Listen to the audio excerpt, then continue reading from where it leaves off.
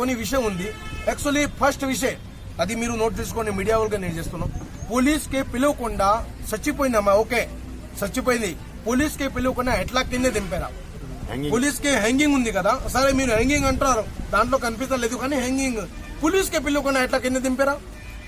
ఇది ఎవరు పర్మిషన్ ఇచ్చారు ఇక్కడ పోలీస్ కి పిలవకుండా కింద దింపి? 9 o'clock ఇది అయితే 10:30 కు అంబులెన్స్ ఎప్పుడు పిలుస్తున్నారు, వాళ్ళ అన్న ఇంటికి పోతున్నారు అంటే చాలా ఇటువంటి విషయం ఉంది. దాని గురించి ఇన్వెస్టిగేషన్ కరెక్ట్ చేసేసి ఆ అమ్మాయికి న్యాయం కావాలి అంతే. దాని తర్వాత హాస్పిటల్ తీసుకుని వెళ్ళలేదు వాళ్ళకి అసలు. इतिहासों में फेर करे उसकी हस्ती को मिटा देंगे, सत्यों की संतान है हम कुछ भी करके दिखला देंगे, स्वाभिमान अमर हमारा। किसी निर्दोष को फंसाओ, अगर इसकी हत्या नहीं हुई है तो पुलिस वाले इन्वेस्टिगेशन करेंगे। इन्होंने विश्वास दिलाया है, हम लोग आज आवेदन देके जा रहे हैं यहाँ पर कि भाई जो कुछ भी है उसका आप इन्वेस्टिगेशन करो, इन्वेस्टिगेशन करके जो गुनहगार है उसके खिलाफ आप रिपोर्ट दर्ज करके उनको अरेस्ट करके अंदर करो। जो मृतका के पीड़िता लोग हैं जी, उनकी अब क्या कठोर मांग क्या है?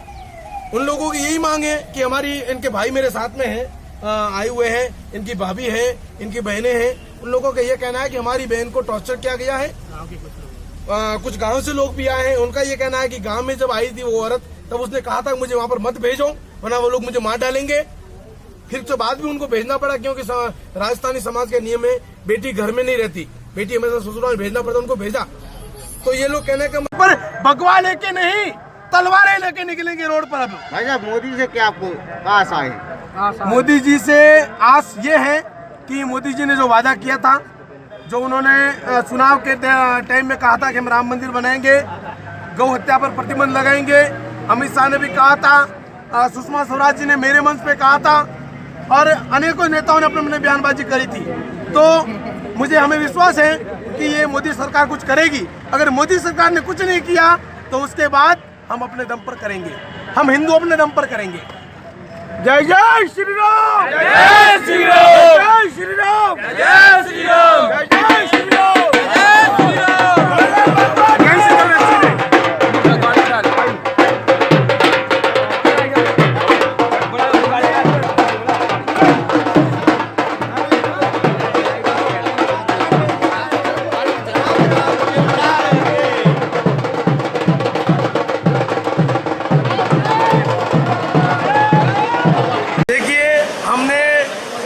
आंदोलन पहले भी किया था और उसके पूर्व भी हमारे संतों ने आंदोलन किए इस सरकारों के सामने, मगर सरकारों ने आज तक हमारी मांगे पूरी नहीं की।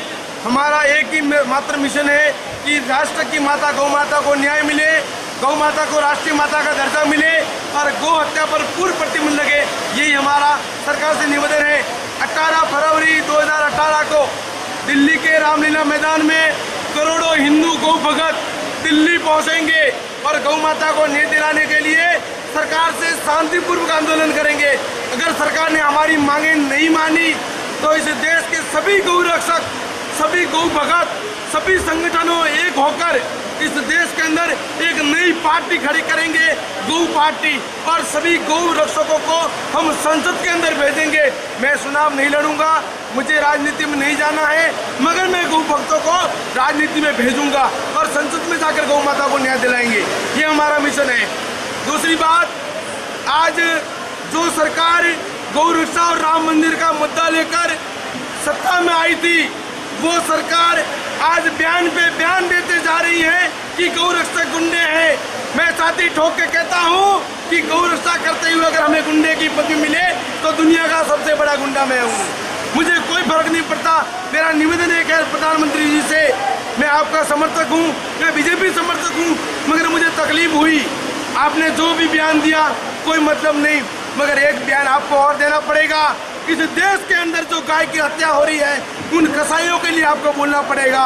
इस देश के अंदर गौ हत्यारों को भी बख्शा नहीं जाएगा, ये बयान भी आपको देना पड़ेगा, वरना आने वाले समय में भारत की सरकारें, भारत की जनता आपको बता देगी कि गौ रक्षक और हिंदू क्या चीज है। कुछ मंत्री ऐसे हैं उनकी वजह से वो लोग कुछ कर नहीं पा रहे हैं या करना नहीं चाहते, आई डोंट नो, हमें इसके बारे में कोई मतलब पता नहीं है। मगर अब हम लोगों ने ठान लिया है, देश के अंदर 100 करोड़ हिंदू हैं और कोई मुर्दा नहीं है, अब सब जग चुके हैं सबके। हम तो ये सोच रहे थे कि हमारी सरकार है इसलिए ये कुछ करेगी, हम उनके विश्वास पर बैठे थे। आ रहे हैं 2019 तक इंतजार कर रहे हैं। अगर 2019 के बाद अगर 2019 तक सरकार ने कुछ नहीं किया ना, राम मंदिर और गौरक्षा के लिए कुछ नहीं किया, तो हम 100 करोड़ हिंदुओं में से मैं सिर्फ 2 करोड़ हिंदुओं का आह्वान करूंगा और अयोध्या भी जाएंगे हम लोग, राम मंदिर भी अपने दम पर बनाएंगे और गौहत्या भी दम पर बंद करेंगे। आज उमा भारती जी से अगर आई थी, उनने किया है कि यदि सोनिया, ममता और माया वो राम के नाम से दिक्कत है तो वो हे राम जो समाधि में लगा है महात्मा गांधी की, वो हटा दें। इसके बारे में ममता बनर्जी भारत की सबसे बड़ी सुरपंखा है, वो तो एक कुत्ते कमीनी हरामी कहूंगा मैं उसको, मुझे कोई फर्क नहीं पड़ता, भली मुकदमा बन जाए मेरे ऊपर।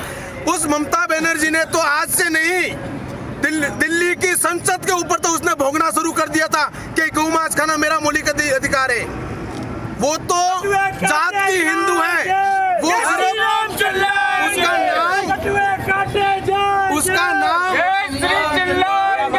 उसका नाम ममता तो गलती से रख दिया है। वो तो हो सकती है किसी मुल्लों की रखेल हो सकती है, मैं तो ये शब्द उसके लिए इस्तेमाल करूंगा। आज बंगाल के अंदर क्या हो रहा है, क्या हो रहा है वहां पर हिंदुओं के ऊपर? राम मंदिर जो भगवान राम का जुलूस निकल रहा था उसके ऊपर पत्थरबाजी हुई और ये साली यहाँ दिल्ली आके बैठी है। ऐसी मुख्यमंत्री जो छोड़ो, वो तो एक सुरपंखा है, राक्षसी है और उसका जल्दी ही नरसंहार करने के लिए कोई न कोई भगवान कृष्ण पैदा होगा इस देश के अंदर। भाई सोनिया के बारे में, सोनिया गांधी पर, सोनिया गांधी न तो हिंदू है, न उनके दिल में हिंदुओं के प्रति कोई प्रेम ही नहीं है, हिंदुओं को उनसे कोई मतलब ही नहीं है। वो तो एक विदेशी है, नंबर 1 की नालायक, आई पिया के देश जाए भाड़ में खुद करे। उसको क्या मतलब है देश से? उसको न गौरक्षा से मतलब है न देश से मतलब है, वो सिर्फ अपनी तिजोरी भरने में लगी हुई है।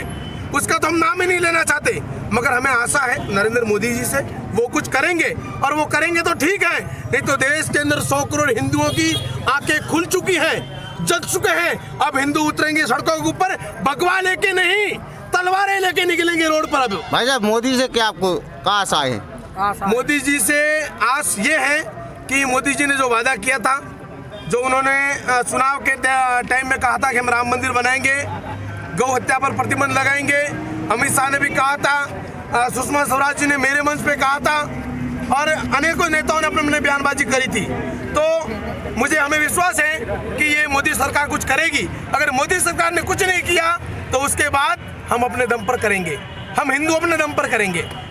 राजपुरोहित को नियुक्त किया गया। सूत्रों के मुताबिक जानकारी के लिए बता दें कि एसएस टाइगर पूर्व से एक गोरक्षा कमांडो फोर्स नामक संगठन चला रहे हैं, जिसके संस्थापक व राष्ट्रीय अध्यक्ष भी हैं। एसएस टाइगर एक कट्टर हिंदू विचारधारा वाला व्यक्ति है जो गौरक्षा, लव जिहाद व हिंदू की रक्षा के लिए कई बार जेल यात्रा भी कर चुके हैं।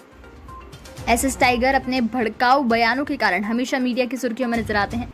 एसएस टाइगर के ऊपर 33 जानलेवा हमले भी हो चुके हैं। एसएस टाइगर राजस्थान के बाड़मेर जिले के रमणिया ग्राम में एक राजपुरोहित ब्राह्मण परिवार में पैदा हुए, जो किसान गोपालक पुत्र हैं। एसएस टाइगर ने हिंदुत्व और गौरक्षा के लिए घर परिवार, बिजनेस नहीं पत्नी तक त्याग चुके हैं। एसएस टाइगर किसी भी राजनीतिक पार्टी से नहीं जुड़े हैं, राजनीतिक ऑफर ठुकरा चुके हैं। एसएस टाइगर का संकल्प है हिंदू राष्ट्र व गो हत्या मुक्त भारत बनाना। एसएस टाइगर एक साफ सुथरा स्पष्टवादी व्यक्ति है, जो गलत लगता है मुंह पर खुलकर बोल देता है। इसी कारण दुश्मनी बहुत बड़ी हुई है।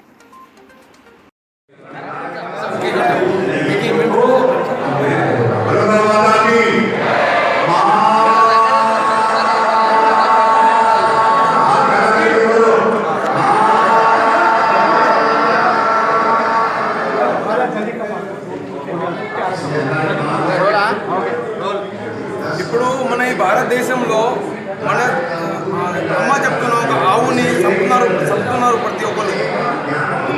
ఇప్పుడు నేను ఒక 11 నెలలు జైల్లో ఉన్నాను. నేను ఈ ఆవు కోసమే మధ్యప్రదేశ్లో ఎవరైనా ఆవుని చంపేశారు, దానికోసం నేను అక్కడ ఆవును కాపాడడానికి పోతే మధ్యప్రదేశ్ భారతీయ జనతా పార్టీ సర్కార్ వాళ్ళు నన్ను అరెస్ట్ చేసి 11 నెలల వరకు జైలు పంపించేసారు.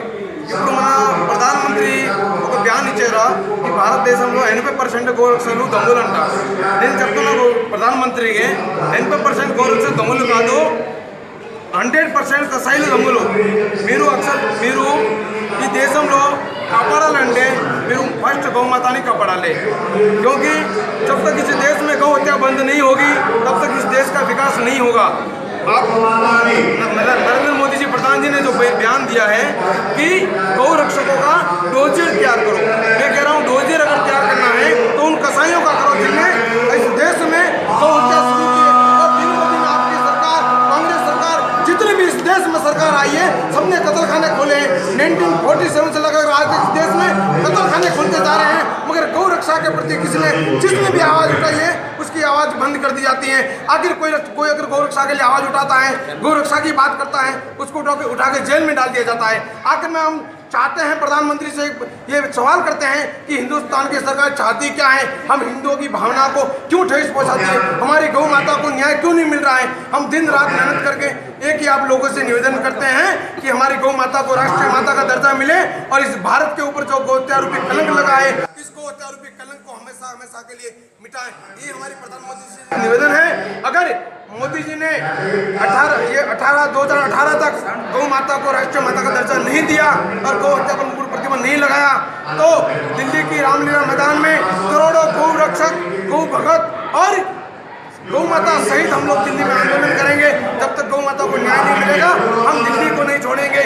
पूरी दिल्ली जाम होगी, रामलीला मैदान से लगाकर संसद तक का घेराव करेंगे। इसी के साथ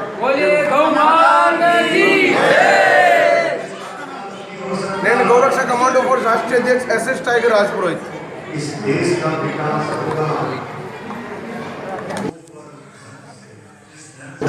मैं सोशल मीडिया के माध्यम से भी सबको कहना चाहूंगा कि आप लोग 5 साल में एक बार नेता को वोट देने तो जाते हो, अपनी दुकान धंधा बंद करके जाते हो, तो क्या जीवन में पहली और आखिरी बार एक दिन के लिए गौ माता को वोट देने के लिए दिल्ली नहीं आ सकते? क्या आ सकते हो ना? हाँ, नेताओं को सबसे भरोसा होता है ना, सभी को भरोसा होता है कि MLA बनेगा, MP बनेगा तो कुछ भला करेगा।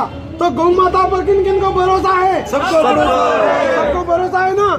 एक व्यक्ति कितने जनों को लेके आओगे दिल्ली? 10 एक व्यक्ति 10 जनों को दिल्ली लेके आना है। और किस लिए? गौ माता को वोट देने के लिए, पहली बार और आखिरी बार। उसके बाद वोट देने की जरूरत नहीं पड़ेगी। उसके बाद हम कोई भगवा लेके रोड पर नहीं निकलेंगे, उसके बाद हम तलवार लेके रोड पर निकलेंगे। जय श्री राम, जय श्री राम। जहाँ पे गौ हत्यारे, ये कसाई, ये गद्दार, ये आतंकवादी दिखेंगे उनके सर धड़ से अलग कर देंगे। हम लोगों को ये ठान के दिल्ली चलना है। मेरे साथियों, ये मनुष्य जीवन में आप आए और गए, कोई मतलब नहीं है। अपने लिए जीने से कोई मतलब नहीं है। अगर जीना है तो देश धर्म के लिए जियो और कुछ करके मरो, ताकि आने वाली 7 पीढ़ी तक आपका नाम अमर हो जाएगा। इसलिए गौ माता को न्याय दिलाने के लिए आपको दिल्ली आना है और 16 तारीख को मोहित भाई और साजन भाई से संपर्क करें और दिल्ली आए। मैं मोदी सरकार से निवेदन करना चाहूँगा कि अगर आप राजस्थान में पुनः बीजेपी को लाना चाहते हो तो वसुंधरा जी को हटाकर किसी भी राजस्थान का मूल निवासी को, युवा क्रांतिकारी देशभक्त CM को आप बीजेपी की ये जो कार्यभार सौंपे, अन्यथा राजस्थान में से बीजेपी का पत्ता साफ होते हुए समय नहीं लगेगा। क्योंकि नहीं अंदर में, क्योंकि देखो आज इतने साल हो गए जिस तरह से मुद्दे उठा रहे हो, सुरक्षा को लेकर है, सड़कों को लेकर है और लव जिहाद, जो सारी चीजें कुल मिला के अभी जो हालात है उसके बारे में आप चर्चा करें रहेगा। ये बीजेपी का मामला क्या है, कांग्रेस का मामला है? नहीं, बीजेपी कांग्रेस, मैं तो जो प्रेजेंट में जो हालात है उसी की बात कर रहा हूँ। मैं किसी राजनीतिक पार्टी से नहीं हूँ, बल्कि समर्थक बीजेपी का करता हूं मैं, मगर किसी राजनीतिक पार्टी से कोई मेरे पास ना तो कोई पद है नहीं कोई सदस्यता है। मगर जो देश का हालात प्रेजेंट में जो है, गौ रक्षा को लेकर, धर्म को लेकर, लव जिहाद को लेकर और देश का विकास, राज्य का विकास को लेकर, उससे गंभीर चिंता का विषय है कि इस देश के अंदर, इस राज्य के अंदर जो सड़कों की हालत में देख रहा हूँ, राजस्थान में पूरा प्रवास करके आया हूँ मैं। जगह जगह इतने टोल टाके लगा रखे हैं, टोल वसूल रहे हैं, उसके बावजूद भी सड़कों की हालत देख रहे हो आप। 3-3 महीनों में सड़क टूट रही है। उसका कारण क्या है? कितना भ्रष्टाचार चल रहा है? कोई इसमें जांच कर रहे हैं? कोई जांच नहीं कर रहे हैं। एक छोटा सा विषय हो गया कि गौरक्षा को लेकर वहाँ पर कोई जाने अनजाने किसी लोगों ने उसको अलवर में उसको मार दिया, तो उसको मुद्दा हाईलाइट कर दिया, उसको न जाने कितने पैसे उसको दे दिया। दादरी कांड हुआ, उसको 41-41 लाख रुपए दे दिया। यानी कि गौ हत्या करने वालों को पैसे मिल रहे हैं। ये पूरी सड़क की हालत इतनी बुरी हालत है तो उससे पता चल जाता है कि सड़क के काम कर रहे हैं उसमें कितना भ्रष्टाचार चल रहा है। एक सड़क मैंने देखी यहाँ पर रानीवाड़ा से साटवाड़ा, 3-4 महीने हुए सड़क बन के, और 4 महीने के अंदर सड़क के अंदर जगह जगह गड्ढे पड़े हुए हैं। तो इससे अंदाजा लगाया जा सकता है कि कितना भ्रष्टाचार चल रहा है। जो भ्रष्टाचार मुक्त भारत की बात करने वाली सरकार के ही राज्य में उनके ही नेता कैसे काम कर रहे हैं, उस पर सरकार क्यों नहीं लगाम लगा रही है। और गौरक्षा की बात करने वाले बीजेपी नेता गोमांस खाने की बात कर रहे हैं, गो हत्या का समर्थन करते हुए नजर आ रहे हैं। आगे सरकार कहाँ सोई हुई है। मैं मोदी सरकार के निवेदन करना चाहूँगा कि भाई गौरक्षा को लेकर आप गंभीरता से लीजिए विषय को, वरना आने वाले समय में आपको नुकसान होगा। और एक खास बात मैं राजस्थान के लिए कहना चाहूँगा, मैं राजस्थान का मूल निवासी हूँ, कि राजस्थान में जो बीजेपी सरकार के सीएम साहिबा श्री वसुंधरा राजे जी जो बैठी हुई है, जब तक इस राजस्थान में सीएम साहिबा वसुंधरा राजे जी रहेगी तब तक इस राज्य का कल्याण विकास होना असंभव है। मैं मोदी सरकार से निवेदन करना चाहूँगा कि अगर आप राजस्थान में पुनः बीजेपी को लाना चाहते हो तो वसुंधरा जी को हटाकर किसी भी राजस्थान का मूल निवासी को, युवा क्रांतिकारी देशभक्त सीएम को आप बीजेपी की ये जो कार्यभार सौंपे, अन्यथा राजस्थान में से बीजेपी का पत्ता साफ होते हुए समय नहीं लगेगा। क्योंकि छोड़िए कोई बात नहीं अंदर में क्योंकि देखो आज इतने साल हो गए जिस तरह से मुद्दे उठा रहे हो, गौरक्षा को लेकर है, सड़कों को लेकर है और लव या जो सारी चीजें, कुल मिला के अभी जो हालात है उसके बारे में आप चर्चा करें रहेगा। ये बीजेपी का मामला क्या है, कांग्रेस का मामला है? नहीं, बीजेपी कांग्रेस मैं तो जो प्रेजेंट में जो यहाँ पे पड़ेगा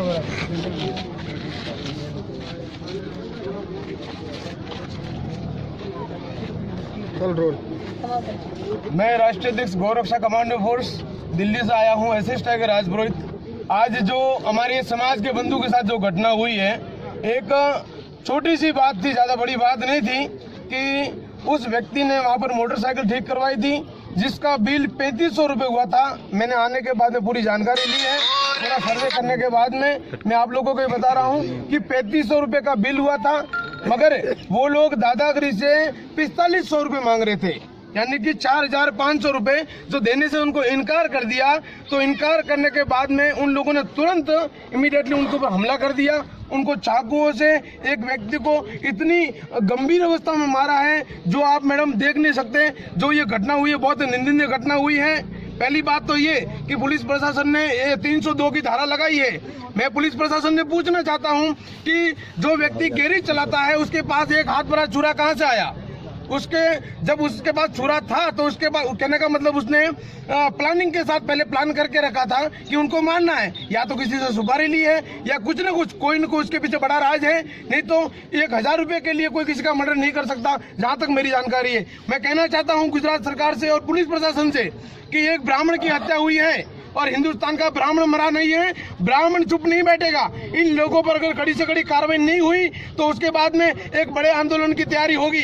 इन लोगों ने जिन लोगों ने जो इन लोगों ने प्लानिंग के साथ में हत्या की है उनके ऊपर 120 भी छुरा कहाँ से आया, पूरी जानकारी, इसके पीछे क्या राज है, और जो भी उनके ऊपर जो धाराएं लीगली जो धाराएं लगती हैं वो धाराएं लगकर उनके ऊपर कड़ी से कड़ी कार्रवाई हो, उनको आजीवन जमानत नहीं मिले और उनको मैं तो कहता हूँ कि फांसी की सजा होनी चाहिए। अरे जिनके बूढ़े माँ बाप हैं, आज उन माँ बाप का कौन है देखने वाला? एक व्यक्ति घायल पड़ा है, अंदर हॉस्पिटल के अंदर घायल पड़ा है, जिंदगी और मौत के बीच में झुलस रहा है। दूसरा भगवान के घर में चला गया है। उन बुजुर्ग माँ बाप का कौन है इस दुनिया में अंदर? मैं पूछना चाहता हूँ, जो ये घटना हो रही है, हम लोग प्रवासी लोग हैं, यहाँ पर सिर्फ अपनी रोजी रोटी कमाने के लिए यहाँ पर आते हैं ये लोग, मगर इन लोगों के साथ में जिस तरह की ये घटनाएं हो रही हैं, ये निंदनीय घटना है और सरकार को कड़ा कदम उठाना पड़ेगा, वरना जितने भी मारवाड़ी व्यापारी भाई लोग हैं, हम लोग इनके खिलाफ इनके एक बड़ा आंदोलन को रूप देंगे। धन्यवाद।